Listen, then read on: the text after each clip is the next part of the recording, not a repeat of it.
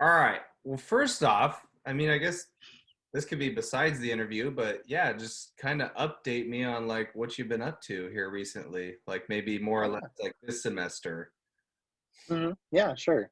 So this semester, I am taking one class right now because Grinnell, we're on the weird term system. I don't remember if I told you about that, but it's basically just the semesters are split in half. So instead of taking like 16 credits for a semester, you take, I don't know, like 10 or so credits, like 6 to 10 credits for the term into the semester. So I'm taking one class right now on reading MLK, which has been a great class. And then besides that, I have had this internship with Public Citizen where I like make social media posts and stuff for some of their smaller pages. And then I have like another sort of like service learning work study position where I'm putting together like a tour of like the alternate histories of Grinnell College. Hmm. And then what else? And then I also have this student org that I'm in charge of called Quest Bridge for like first generation low income students on campus at Grinnell, where we're kind of like putting events together and helping to like direct programming and like administrational and institutional help for FGLI students, Hmm. especially because of the pandemic, Yeah. things getting even worse in terms of access to like internet and that kind of stuff. So So are all your still trucking along on that work. or I'm sorry, your one class or the clump of classes, is that all online? Do you do everything online? It's all online. Yeah. There are some students that are on campus right now, like students who needed housing for whatever reasons, maybe, or now they've brought first years or freshmen onto campus, just beginning at the beginning of the spring semester. So it's the first year students, and then whoever else needed housing is there. And then the seniors can, if they choose to, can come back after spring break. So for the second spring term, I'm not going to, just because like there's, even for the people that are there, it's really limited campus operations. There Right. are some classes where they do like some in-person stuff, but like it's really all virtual. Is it the choice of the students or does it depend on the type of class? Like say it's in a certain major and this major was like, hey, we're gonna do our classes in person. Like how is it a student decision or is it like just strictly based on like the class? Like you don't really um yeah, I think, well, it's definitely up to the student as to whether like they want to go to campus at all. So like it's like I'm not going to go. But for all classes there are like online options, and most of them also have asynchronous options for students who like are doing other things that have to work, or there are a lot of international students who like meeting at normal times does not work with like their sleep schedule because they'd have to get up and go to class at like 3 a.m. right. Um, but yeah, I think there are like a lot of STEM classes that have labs and stuff that like some of them can do in-person things. I don't know, like if you're on campus, like if you can still choose to opt out of doing those, if you don't feel comfortable doing it or something like that. I don't know about that. I don't think so. Yeah. Um, That'd be kind of as weird. far as I've heard, oh, go ahead. It'd just be kind of weird to go to campus and have to stay in your apartment or your dorm. You're literally on campus, but you're not going anywhere for any classes. So I mean, maybe you would get out and go and get food or whatnot, but I don't know. I Right. feel like that would kind of alienate people. Like that'd be Right, that's what I thought. Yeah, I was like, it can only really be worse if I go to campus and then I'm thinking every day about all the ways that campus is different and that it's not the college experience that I want to have. There's how like, how does that make you feel in your senior year? Probably as me as well. And a lot of hmm people, no one thought that they would be spending their last year at college sort of isolated and detached and not involved as much as they'd like to. How does that make you feel? yeah, it's frustrating at the very least. I think it's really like disillusioning a Hmm. lot of the times too. To, maybe it's something about like the rituals of being a senior, you know, that really get played up as like the benefits of everyone celebrating you because you made it through college. So you get to go through all of these steps and honors that everyone gets to do at some point in their college career. And we don't get to do those things. It feels like Yeah. something has been taken away from us, which I think is totally valid. I know. Yeah. And then also, I've been away from campus for almost 2 years now because I took a year off campus to go do study abroad stuff. Right. So now it's like I don't even, now I feel like I don't even know what I'm missing anymore because it's been so long that it's like all distant memories. But like I'm still a senior. Like it really wasn't that long ago. What are your plans after you graduate? Are they defined? Are they kind of hazy? Have you narrowed down some decisions? Do you have options? Like, what are you thinking of when you, like, I'm assuming you're still on track to graduate then, like, even though you're not taking like a full semester load of classes, right?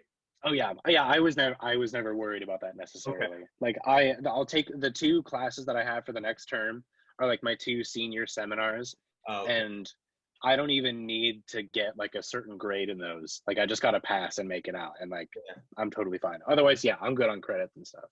But like, but future things, yeah, I have no idea. I think things were always like pretty uncertain. You know, coming into our college experience, I think we already felt a lot of like uncertainty Yeah. because of we had this like back memory of like, you know, the 2008 2009 financial crisis, and then things got really like continued to be unstable for a while, and then the 2016 election was really unsettling for a lot of people. That created a lot of uncertainty for people going into college. um and then I think also just because, you know, we don't come from the wealthiest background either, Mhm. and that it's like not necessarily guaranteed. Like we really got to like find something to do after graduation to like keep the wheels moving. Yeah, I mean, But for me personally, not to cut you off, but like mm, that's always, I think college has kind of been great to focus on your mental health because yeah, I know for me personally, like it was nice to take a year and a half off from college, but within that time, at some point, I realized like by me just focusing on a job that I knew wasn't going to advance to any career that I wanted to be to, I yeah, think it hurt my mental health. I think college is, it's weird. Like I'm not trying to call it a distraction, but it's something to focus on. It's most people that come to college have this idea in mind that they are bettering their life when they come here. And I yeah, think it is nice to have things to do outside of just strictly working at a job. So, you know, now in my last year, I have a job, my own apartment, and school. It's like 3 areas of focus. But then once school's over, it's like, all right, like what's next? And right. that triggers your anxiety because you're looking now, there's uncertainty. Hmm. We don't like to be uncertain as humans. We like to know what's going to happen, when it's going to happen. And I think that's one Right, of the biggest reasons why 2020 was, you know, really bad for a lot of people. Arguably everybody was affected by it. So, right, yeah. but yeah, that's just what I mean, what do you do? What are you going to look for jobs, I assume? Oh yeah, I'm looking for jobs and stuff. I've been looking at like a lot of AmeriCorps positions because it's generally in the line of like civic engagement, like community organizing. Some of it's like kind of borders on political work even. And it's also short term stuff. Like AmeriCorps positions are typically like 8 to 12 months. And it's also a good way to like introduce you to a community or an organization or a career path or something like that. Um, and I also have like distant ideas of like going to grad school or going to law school. But really, what like the pandemic showed me, I think, is exactly what you were talking about. Is like I've been going through college, like trying basically on like a one line trajectory to get me to whatever the next thing is, and to make sure that I'm better prepared for a better position, and then that position will get me somewhere else. You know, I think the pandemic showed me that it's like maybe not the most productive thing to be like planning so far ahead, you know? And to like be basing your like professional aspirations in these sort of like linear career goals that I think we're taught are really important. And to a certain extent, they absolutely are. And like, you really can't ignore, I think, our like, our capitalist system of working, and that you do need a source of income. You do need to be moving forward somehow. And like, we also have incredible amounts of privilege in being able to like go to college and to get this education and to have this step up. But yeah, I guess on top of the anxiety that comes with realizing that a plan, it does not mean security, I think I've also learned at least a little bit that like a plan in the more traditional sense maybe isn't as necessary to survival as I thought it was. And that like we have a way to like make through creatively, and that just because plans change, or just because something happens doesn't mean everything is off the table anymore. Yeah. Instead, I think this is kind of building off of what I learned when I went to DC, which was like, that was very like much a clash between the traditional sense of workforce, where it's like you go to school and then you get a job and you work up through the ranks, and then you get your retirement plan and your bonuses and all of that because you work so long there. And then the like the other half of the workforce in DC, like they just jumped around from position to position to company, like every 2 to 3 years, probably. Like 5 years was a long time as a young person, young probably being like under 40, to spend at a company. So that like, just to see that like it's okay to jump around and to like follow your interests, and to let that be your guiding force, and you can still like find a way, like make a way through the world. Like Yeah. that was really powerful for me when I saw that. And then everything broke down when the shit hit the fan in March last year. And it's like, oh my God, what does any of this mean anymore? Like, Yeah. I'm graduating, what's going to be left for me afterwards? And like, I don't want to downplay how bad the pandemic is for our economic prospects. Like, we're in a shit position here. That's absolutely true. But I think it's also important to recognize that like, it was kind of, to a certain extent, it was just always going to be shit. Or that to a certain extent, like we kind of have to move out of this traditional thinking that we've been conditioned for all the way through public school and in college, that like we need to be ready for this thing, or we need to be moving towards this thing, that like neither of those things actually guarantee the sort of like economic stability that I think we're looking for. And I think also I need to tell myself that, so that I still feel better when I graduate and I don't have a job right away, or when it's not the job that I thought it would be, or things don't get better. Like it's I need to have that line of thinking for my own, You need to like, pull up that mantra in your head and continuously yeah, repeat it. Yeah. I think on top of that too, people are, especially our age, when they get out of college, they think that they have to find the right job right away. And I don't yeah, think that's really ever the case. Or like if it's a dream job, I mean, you got to be fucking lucky if you stroll out of college, you're what, going to be 20, how old are you?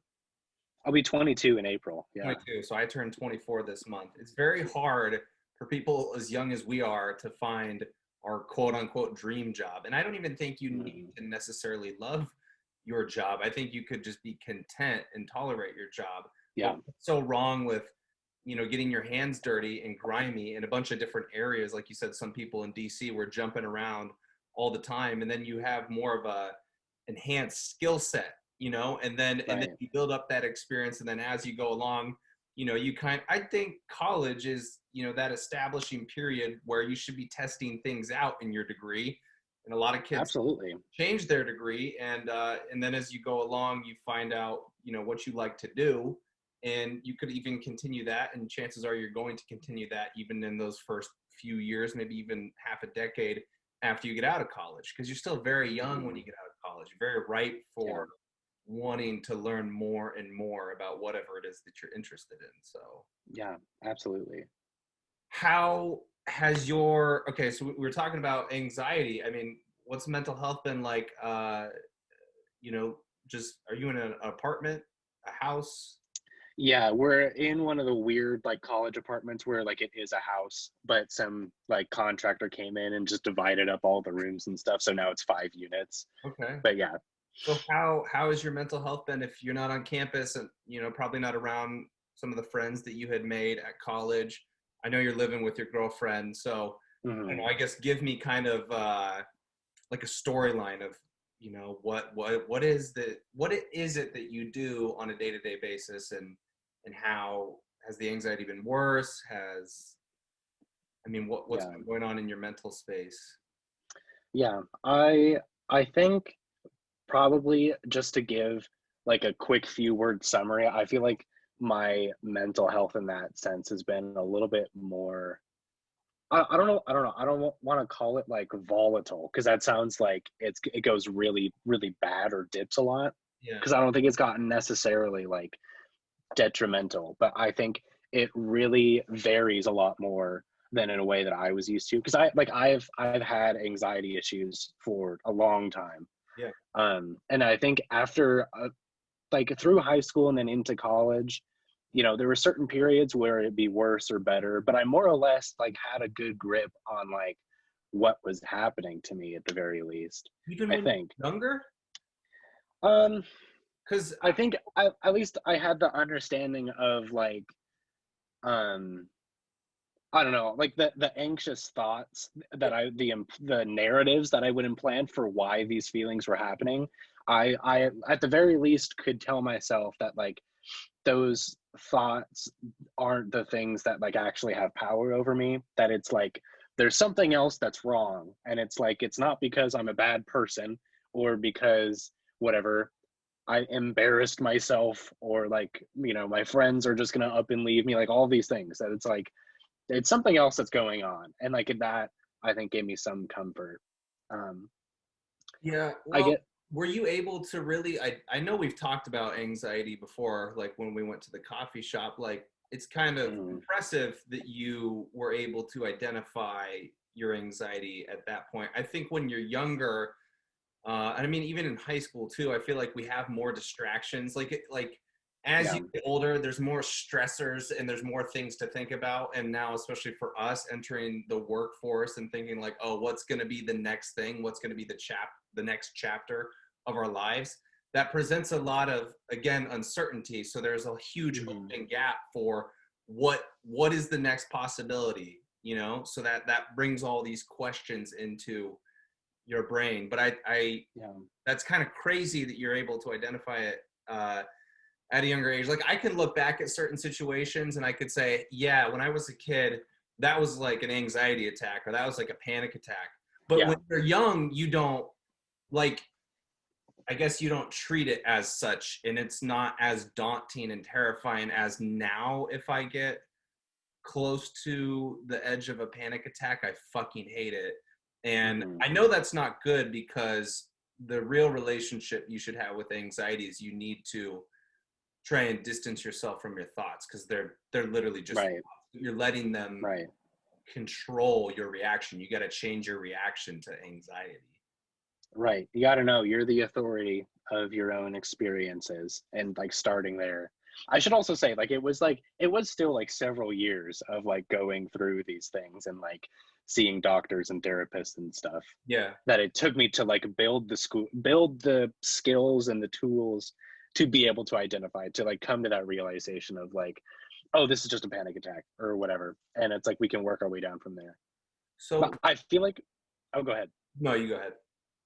I was just gonna say that I felt like in the pandemic, it's almost like those tools don't mean as much anymore, I guess, because it's just like constantly feeling like we're just like swimming through like a cloud of just like you were saying, like uncertainty, haziness, like dissociation. Yes. Um, I think especially living here, um, we got noisy neighbors, and there was like a 3 or 4 week stint where they were doing construction above us in the apartment above us, and just like clattering wood and like power tools and stuff, and they were yelling all the time.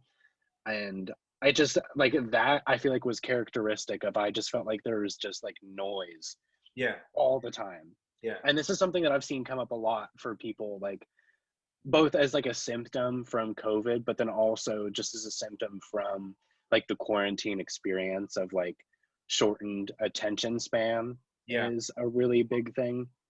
And that was something that I'm like still getting frustrated with myself for Yeah. how like I just do not have the same attention span that I did before. Like Yeah. I was talking to my girlfriend the other day. I was complaining that I was like, when I was on campus or when I was doing these off study or these off campus programs like in DC and Serbia, I felt like I was doing like a ton of shit at once, like taking 5 or 6 classes, like over a full credit load. And then I was also performing in bands, and I was also doing these different student organization stuff, and I was like going to rallies and protests, and I worked 20 hours a week in the dining hall, and I still got like 7 hours of sleep.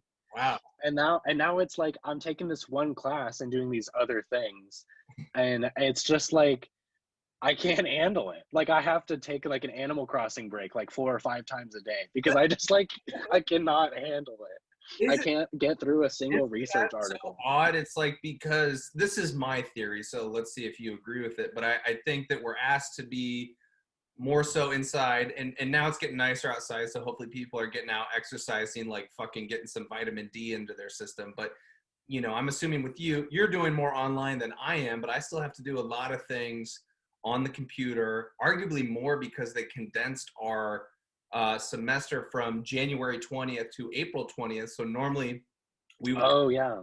we would come back for the spring semester early in January, and we also don't have a spring break. I think professors have had to stack on more assignments in such a short period of time that it feels Mhm. like I'm only taking 10 credits, but I feel like it's a lot of work. And I do have an Yeah. internship, so maybe that definitely contributes to it. But I think from people being inside on Zoom all the time, and I think maybe in your position, you got a little bit lucky too, because at least you have some human interaction. You have a girlfriend. Right. Not everybody has that luxury to be around people. And so, yeah, I think it's, and then, I feel like when you're online, you're more prone to distractions too. I have a MacBook, so I got messages that Hmm. come through sync to my computer. Maybe I should change that.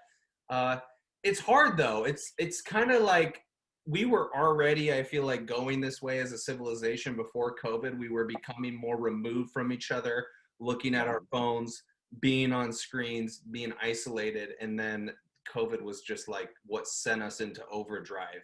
And Hmm. I wonder, it's like, because there are going to be some things when we always talk about, okay, what's it going to look like when this is over and we're going to go back to somewhat of normalcy. There's going to be things that from this last year and then into this year that are going to be staple marks moving forward. It's going to change the way that people think about sicknesses, viruses, how to handle them. I was like, dude, for people that continue to go to college, they're never going to have a snow day again because you have Zoom. Right. We found Zoom Right. last year. You're never going to get a snow day ever You're again. the last generation to have snow days. It kind of sucks for the kids coming up. But yeah, I mean, I think what you're saying, like that disassociation, I find it so hard sometimes to stay disciplined and routined. And I feel like last semester I did an okay job of that. And I'm trying to figure out what is the difference. Like maybe Hmm. because it's the spring semester and we had to face winter in the spring. So it was really hard to get out and it was really Yeah. cold in February. But I've noticed, I let myself go. I'll look at my phone before bed when I normally would cut that shit out for like 2 hours before I go to bed. And then you wake up kind of groggy and tired because you looked at your screen. Right. It's a trickle down effect. It's a trickle down effect with the discipline because then you're like, oh, okay, well, I'll sleep in for another 15 or 30 minutes when I used to just, wake up to my alarm and get the fuck out of bed. Right. It's Right. frustrating. It's so frustrating. Like you said, I feel like I got to take breaks. I have to like get away for a while. I feel like I barely accomplish things. Like I feel like it's Hmm. so hard to finish assignments, tasks on time. And Right. I don't think I really had that much trouble last semester. So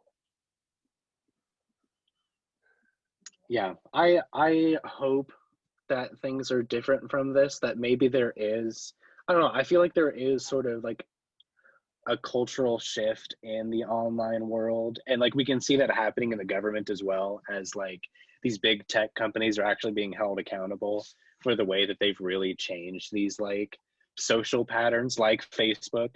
That like I hope something changes after this, but I feel like this is more so like, it's like Lent season right now, and like a lot of times people will give up social media for Lent, and then they talk about how much better their days are without it, and they're like, oh my god, I have so much more time for like reading and I sleep better, and then like a week afterwards they're just like right back into it. Yeah. That I don't I want things to change after this because of this, but like in that sense, I guess I don't know that even after going through this pandemic, I don't know that even this is enough to like change these habits on like a wider scale of like these issues with technology. Yeah. Well, because I mean, no matter if it was by choice or if it wasn't by your choice, we've all become more reliant on technology throughout COVID. Like you kind of have. Yeah. Um, Right. but and then that's the scary thing out on top of COVID and to be distanced from each other. Like I think that's a huge thing with people's mental health is not getting smiles, not getting touches. Like Yeah. that's a requirement because we're social creatures, and they've actually done studies.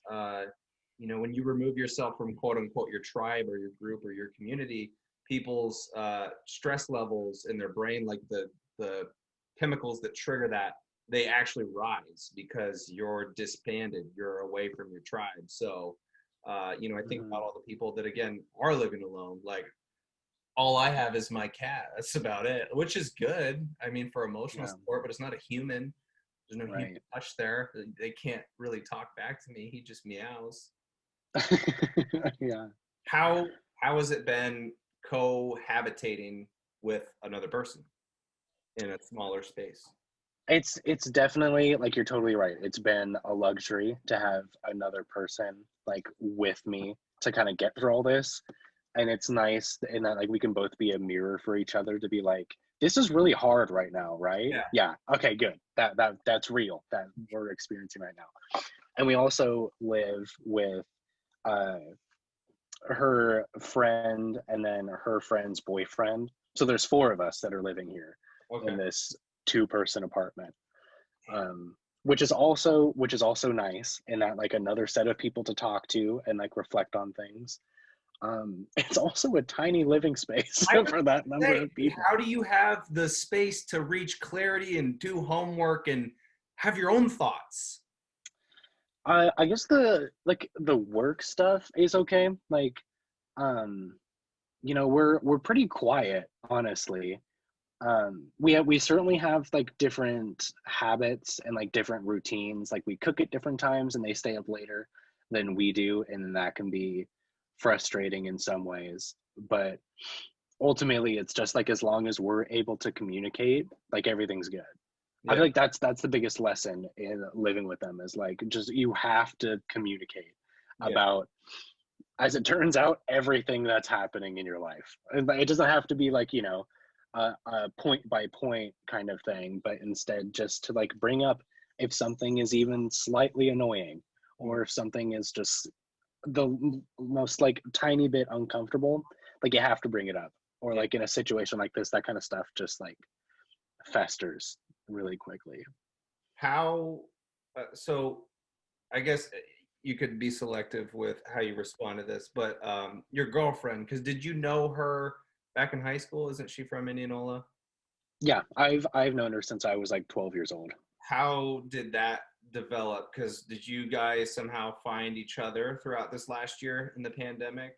Can you kind of describe to me how that happened? Yeah, we've been really good friends for a long time.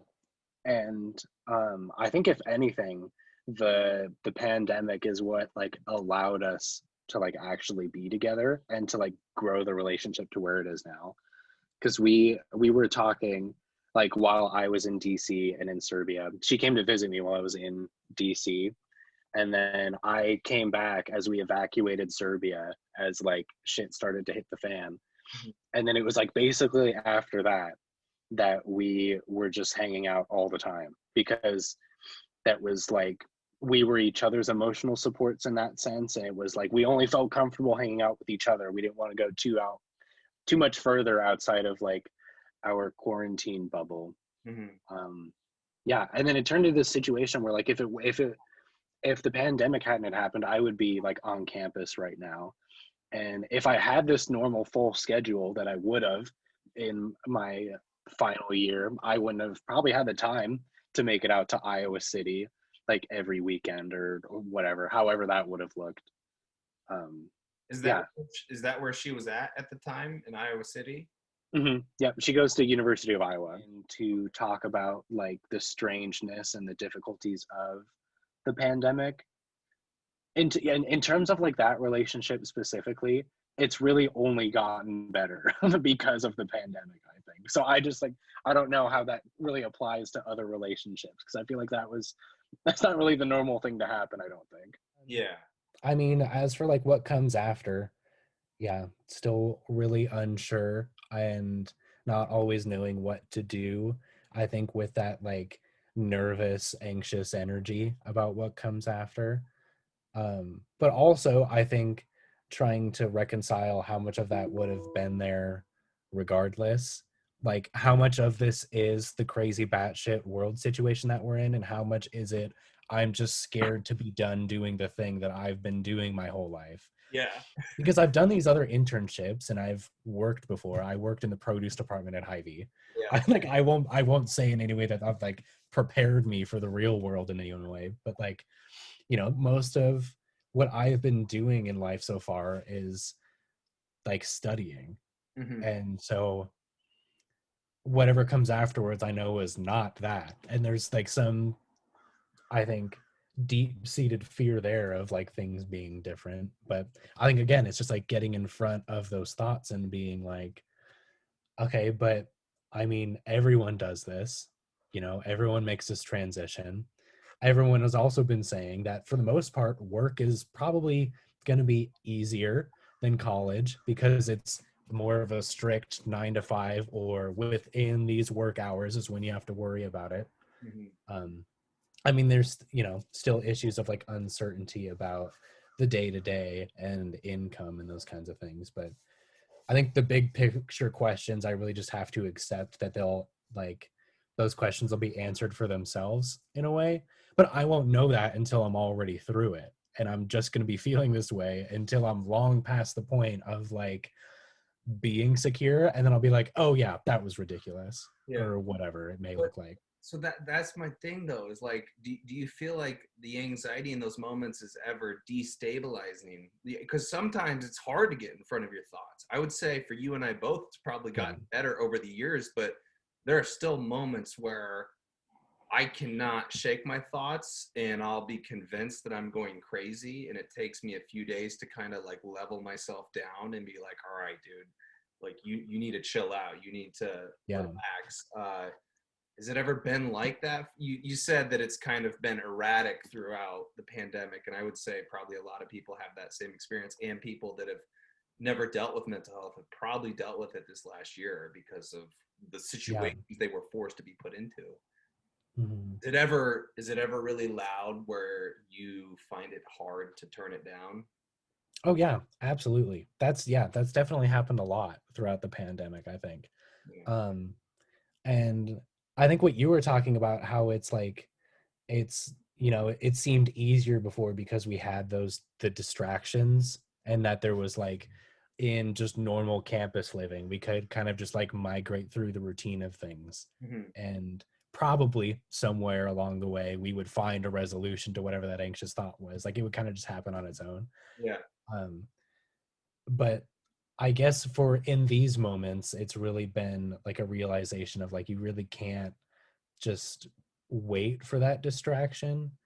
Um, and as well as it's like an even more important realization that like, everyone needs to be going to therapy, no matter how like sick or like mentally ill you think you are. Everyone should be doing it. Oh yeah, Um, for sure.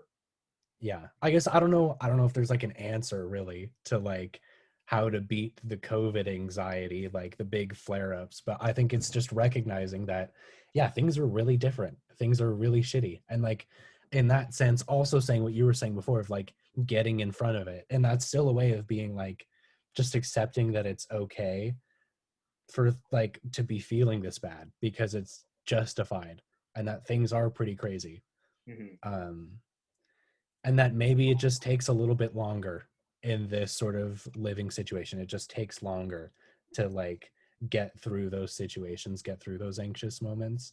Hmm. um yeah, but I don't think any sort of like transformative change is really going to come from just like waiting it out to see when that moment of insight will come. Yeah. Like it's a lot of work to overcome those sorts of things, you know. Yeah, that's for sure. Do you have an idea, at least, okay, maybe you don't know what you're going to do for a job, what you'll land once college is over. Do you know what your housing situation is going to be? Are you going to stay in Iowa City, or are you thinking about going to a different state or anything like that? Yeah, we're looking at a lot of different options. I think we definitely think that like living in Iowa City or even Des Moines are could be feasible options. If we The biggest thing is really just finding a living space that I think is very much not the one that we're in right Yeah, now. Like we need some space, you need, we need some quiet, and you're that'll in be Denver right now. so helpful. Like just a little bit of outside space that we feel like is ours, you know, like there's a communal backyard that no one ever uses and it'd be kind of weird to use it anyways, Yeah. that or like even just like a front porch to sit on. We just have some concrete steps Yeah. and that's really it. Just like just like anywhere. It would be really nice. Yeah, Yeah. that's, I mean, that's something I've really thought about too. I mean, I probably have more space in my apartment than you guys, but I mean, even thinking like bigger than that, like big picture, I really want to go to Utah, and I don't know Oh why. yeah. I've just been telling people anytime they ask me like, okay, what are your general like 5-year plan? Like what do you envision yourself doing? And I always say, well, I think I'm going to go out to Utah. Um, and it's nice because you don't, kind of talking about plans earlier and structuring your life, you don't have to say definitively, hey, I'm going to be out in Utah in 5 years. Like maybe it'll come sooner, maybe it'll come a little bit later. I certainly wouldn't want to go out there until the pandemic has been flatlined. Like if Right. people have gotten vaccinated and we can go out and we can be normal and not worry about this thing. Um, but yeah, I love Iowa. You've been out of the country. You've explored, like you've seen things that other people from Indianola, Iowa don't normally get to see. I've been lucky enough to go to Hawaii, to some other states. But I feel like Utah would be a really beautiful place and a great antidepressant. Like Hmm. Iowa's okay. I do love Iowa. I do love Indianola to some extent. I could see myself maybe coming back and raising a family.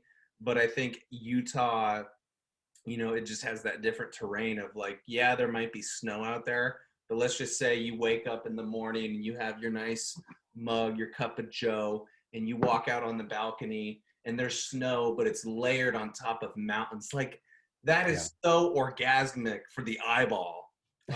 Okay, one more question that I thought of, but this is kind of like a fun question for me and you to dissect. What has your music library been filled with lately? Let's have a short little music discussion. What have you been into? Let's exchange. Oh, okay. Yeah, let me pull up Spotify. Um, well, just recently I've been trying to go back a little bit, listen to some of the classics. So I've been listening to a lot of Prince recently. Okay. Um, that's another thing with the pandemic actually, is I feel like I get even more frustrated when I can't find like new music to listen to. Yeah. But then it still comes in basically the same sort of patterns and waves. Are you Um, always constantly looking for new artists, or do you normally like want to listen to the new projects by the people that you've already listened to over the Oh, years? I'm always looking for new stuff. I Okay. guess I mean I do keep track of like the artists that I like and stuff, you know. Uh-huh. But like I'm constantly trying to find like things that I have not heard before or like try to get a sense of just like what other people are into, you know? Mhm. So I've been trying to get into different realms of like pop and art pop. Artists are going to experiment. That's what they do. They're creative. And why would you want them to make the same project that you've already heard? Exactly. That's something I have never like understood. Um like why would you not want them to evolve? Or like why, if you want to listen to something like Homesick, then just listen to Homesick. Yeah. And like there's always other artists that you can find that did something similar of that thing, you know, when everyone was like exploring that sound and kind of trying to develop it for themselves or whatever. Yeah. But I couldn't imagine being an artist making the same thing over and over again. Not only like what you were talking about of just like not even reflecting on your own development Yeah. and like how you're changing in your life, but like even just like creatively, like how could you do that to yourself, like That's making the same song every and over again? it's like if people were actually creative, they would know what the creative process is like. Like there are moments where like I'm writing in my journal or I'm making something, if it feels so similar to something I've already made, it's dissatisfying. It feels like you've already kind of said this thing or you're trying to force out the same product that you've already Right. done. But then the moments when you're actually able to like remove yourself and get out of the way, like that fucking um, anxiety brain or the part of your conscience that's the ego, where the ego gets involved. When you separate that out and you create something completely new, I mean, it's kind of gratifying and you change as a result. And that is Yeah. something that Mac had said in an interview about all of his albums and projects, is that every time he made one, he had to go in and discuss. He says, I always learn something about myself because I'm confronted with the things that I don't like about myself. And then you get this beautiful fucking project. And so, yeah, I mean, that's just always been like my message too when talking to people. That'd be super cool. All right, man, take care. I love you, bro. And I love you. finish this semester strong. Hell yeah, man. You too. All right, see you soon. Right. Bye See bye. ya.